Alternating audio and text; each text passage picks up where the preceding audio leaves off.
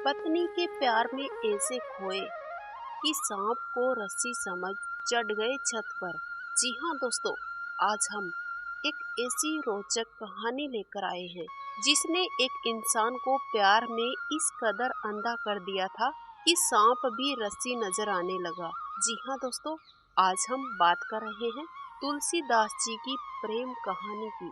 वही तुलसीदास जी जिन्होंने रामचरितमानस की रचना की थी। नमस्कार, जय श्री कृष्णा, राधे राधे। तो चलिए दोस्तों, शुरुआत करते हैं वीडियो की। इससे पहले आप सभी से एक छोटी सी रिक्वेस्ट है, यदि आपने अभी तक चैनल को सब्सक्राइब नहीं किया है तो सब्सक्राइब करके बेल आइकन अवश्य प्रेस कर देना ताकि कोई भी अपडेट आपसे मिस ना हो। दोस्तों, तुलसीदास अपनी पत्नी रत्नावली से बहुत प्रेम करते थे। वो इस कदर अपनी पत्नी के प्यार में अंधे थे कि एक बार उनकी पत्नी रत्नावली मायके गई हुई थी।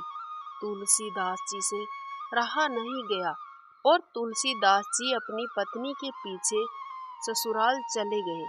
उस रात भारी बारिश हो रही थी।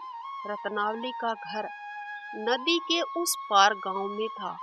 तुलसीदास जी अपनी पत्नी से मिलने के लिए बारिश में ही निकल पड़े।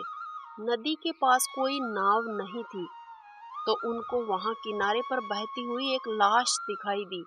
तुलसीदास जी ने उस लाश पर बैठकर जैसे तैसे नदी पार की। पत्नी के घर पहुंचकर दरवाजा खटखटाया लेकिन दरवाजा नहीं खुला।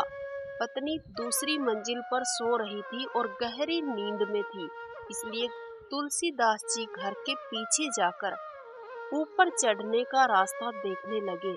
घर के पीछे उनको एक मोटी रस्सी दिखाई दी।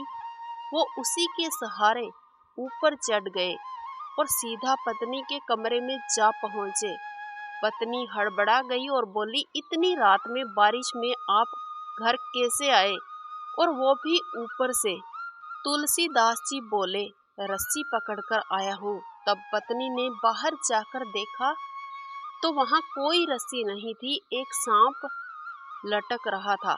पति की इस अथाह आसक्ति को देखकर पत्नी बोली, हे नाथ, आप मेरी देह से जितना प्रेम करते हो, इतना प्रेम यदि आपने भगवान राम से किया होता तो आपका जीवन धन्य हो जाता।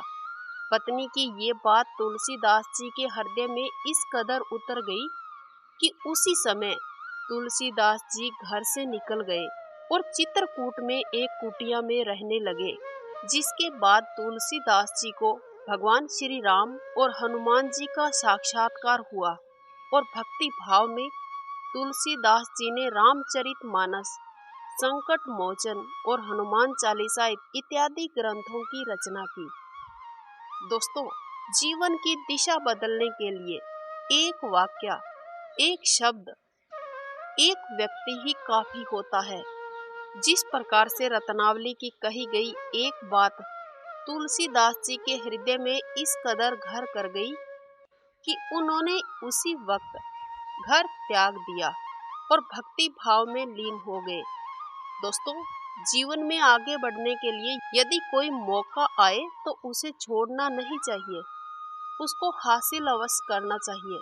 दोस्तों, आज की कहानी आपको कैसी लगी? मुझे आशा है कि आपको ये वीडियो जरूर पसंद आया होगा। अगर अच्छा लगा है तो इसे लाइक कीजिएगा, शेयर कीजिएगा। इसके साथ साथ चैनल को सब्सक्राइब नहीं किया है तो सब्सक्राइब करके बेल आइकन अवश्य प्रेस कर देना ताकि कोई भी अपडेट आपसे मिस ना हो। मिलते हैं नेक्स्ट वीडियो में। वंदे मातरम, जय श्री कृष्णा।